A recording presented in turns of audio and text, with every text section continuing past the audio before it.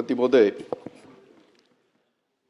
कित्येक वेळेला जेव्हा अशा योजना येतात किंवा आल्यात, 2014 पासूनच देशाला स्वातंत्र्य मिळालं आणि तेव्हापासूनच या सगळं सुरू झालं. अशा पद्धतीचा एक जो हे तयार केला जातो तसं नाही आहे. ही घरकुल योजना, तिचं नाव फक्त बदललंय. ही फार जुनी आहे. याच्यामध्ये कुणाचं दुमत असण्याचं काहीच कारण नाही. नाही म्हणून म्हटलं, अर्थात त्याच्यामध्ये हो, आणि त्याचा टप्प्याटप्प्याने आपण म्हणताय, सगळ्यांचा प्रश्न तो आहेच. आपलं सरकार आज तुम्ही तिकडे आहात, परंतु याच्यामध्ये अगदी ती सुरुवातीच्या काळात 7,000, 10,000, 15,000, 25,000 करत आपण इथपर्यंत आलो. परंतु इथे जो काय सदस्य जे म्हणतात आहेत, याचा अर्थ केंद्र सरकारने काळानुरूप त्याच्यामध्ये बदल केलेत आणि हा देशव्यापी ही आहे. ही काही फक्त महाराष्ट्रापुरती नाही आहे. आणि म्हणून आपण जे म्हणालात की गेल्या 5 वर्षात किंवा 10 वर्षामध्ये 4 लाख घरं तयार झाली आणि आम्ही ती वितरित केली. एका वर्षामध्ये 4 लाख. एक गोष्ट आवडेल ऐकायला किंवा समजायला की गेल्या साधारण 12 वर्षामध्ये 2014 पासून राज्यामध्ये अशी किती घरकुलं तयार झाली आणि त्याचे लाभार्थी किती, हे जर मिळालं तर आम्हालाही त्याचं कौतुक करता येईल. कुठची सगळ्याच गोष्टीवर टीका केली पाहिजे असं काही नाही आहे. पण जेव्हा एखाद्या गोष्टीला असं चित्र निर्माण केलं जातं, त्यावेळेला आमच्यासारख्यांनाही थोडंसं वाटतं की बाबा याच्यामध्ये आपण वस्तुस्थिती सांगावी. आणि म्हणून जसा आतापर्यंत 1.5 लाखापर्यंत आपण केंद्र सरकारने त्याचा अनुदान पोहोचवलेला आहे. सगळ्या दृष्टीने मुख्यमंत्री त्याच्यामध्ये आज त्यांचं तिथे फार चांगलं हे आहे. वरती वजन आहे, त्याचे वजनदारच आहेत ते, त्यांचं वजन आहे. बाकी सगळ्यांचं त्याच्यात हे आहे. बाकी राज्यामध्ये जिथे जिथे आपली सरकार आहेत त्यांना सुद्धा बरोबर घेऊन जर कारण आपल्याला सगळ्यांना माहिती आहे 3-3.5 लाखाशिवाय तिथे काही होणार नाही. ह्या 1.5 लाखामध्ये काही होत नाही.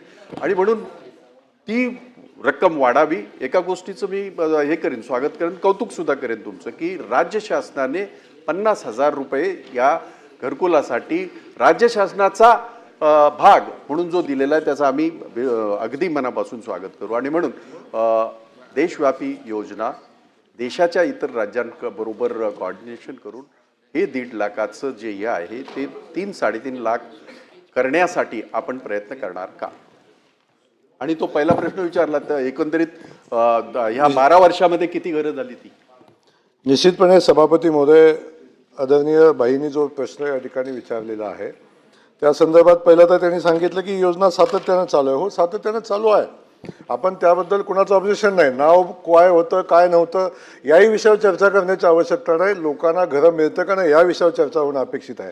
त्यामुळे मी आपल्याला सांगतो की साधारणपणे आत्तापर्यंत महाराष्ट्रामध्ये 26,31,687 घराचं बांधकाम कंप्लीट झालं. या एवढ्या लोकांना घरकुलं मिळाली. पण मी माननीय मुख्यमंत्री महोदयांचं, मोदींजींचं मनापासून आभार मानेन, कौतुकही करेन. एवढी मोठी घरं पाठीमागच्या 10 वर्षात आपण बघितलं 10,26,000 घरं मंजूर झाली ती मागच्या 10 वर्षात. चालू वर्षामध्ये महाराष्ट्रानं केंद्र सरकारकडून 29 लाख घरांची मान्यता मिळवलेली आहे. त्याचं काम प्रत्यक्षात चालू केलेलं आहे आणि ते काम चालू झाल्यानंतर त्यातले 4 लाख घरांचं काम आता पूर्ण झालेलं आहे. त्यामुळं सरकारनं सातत्यानं या संदर्भातली सरकारची भूमिका क्लिअर आहे. आणि आपण जे म्हटलं मागं उद्दिष्ट, घरकुलांच्या योजना मागेही चालू होत्या, पण आज ज्या वेगानं काम चालू आहे, ज्या वेगानं आज मान्यता मिळते, महाराष्ट्रामध्ये नाही देशाच्या इतिहासामध्ये एका राज्याला एका वर्षात मिळालेलं सगळ्यात मोठं उद्दिष्ट जे आहे ते 29 लाख घराचं आहे. आणि ते उद्दिष्ट आपल्याला मिळालं आणि ते फक्त उद्दिष्ट नाही आपण घेतलं. उद्दिष्ट घेतल्यानंतर 1 महिन्यामध्ये संबंधित साधारण 28 लाख घरांना पहिला हप्ता लाभार्थ्यांना आपण दिला. त्याचा दुसऱ्या हप्ताही आपण पोचवला आहे. तिसऱ्या हप्त्याचंही काही ठिकाणी आपण पोचवलं, त्याचं काम चालू आहे. त्यामुळं आता मी सांगेन तुम्हाला, जे उद्दिष्ट आपण होतं त्यामध्ये राज्य पुरस्कृत योजना असतील, त्यामध्ये काही केंद्र शासनाच्या योजना असल्या सगळ्यामध्ये आपण बघितलं असेल जवळजवळ तिसरा हप्ता आम्ही 10 लाखाच्या वरती घरांना आपण तिसरा हप्ता दिलेला आहे. त्यामुळं मी आपल्याला एवढंच सांगेन की या संदर्भात शासनाची भूमिका बिलकुल प्रामाणिकपणे सामान्य माणसासोबत आहे, गरजू लोकांच्या सोबत आहे आणि त्यासाठी ज्या ज्या आवश्यक गोष्टी आपण करतोय. आपण दुसरा विषय सांगितला की ज्याची सातत्याने चर्चा सभागृहामध्ये होते आणि आजही आजच्या सकाळपासून होते की अनुदान वाढवण्यासंदर्भात आपली भूमिका आहे. तीच भूमिका आम्ही शासन म्हणून आम्ही केंद्र सरकारकडे त्याचा फॉलोअप करतोय. कायम मागणी केलेली आहे.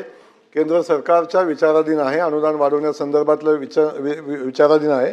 परंतु केंद्र सरकार वाढवेल तो विषय वेगळा आहे. परंतु माननीय मुख्यमंत्री महोदयांनी आता आपल्या याच वर्षी निर्णय घेतला की देशामध्ये काय होतं माहिती नाही, पण महाराष्ट्राच्या लाभार्थ्यांचं घर पूर्ण झालं पाहिजे म्हणून 50,000 रुपयाचं अतिरिक्त अनुदान महाराष्ट्र सरकारनं दिलं आणि चालू वर्षाच्या बजेटमध्ये सुद्धा साधारण 15,000 कोटी रुपयाची तरतूद ही प्रधानमंत्री आवास योजनेचा महाराष्ट्राचा हिस्सा असेल केंद्राचा, या अनुषंगानं 15,000 कोटीची तरतूद केलेली आहे. त्यामुळं बेघरांना घर मिळालं पाहिजे आणि भूमिहीनांनाही घर मिळालं पाहिजे ही भूमिका घेऊन आमचं सरकार काम करतं. रघुवंशी.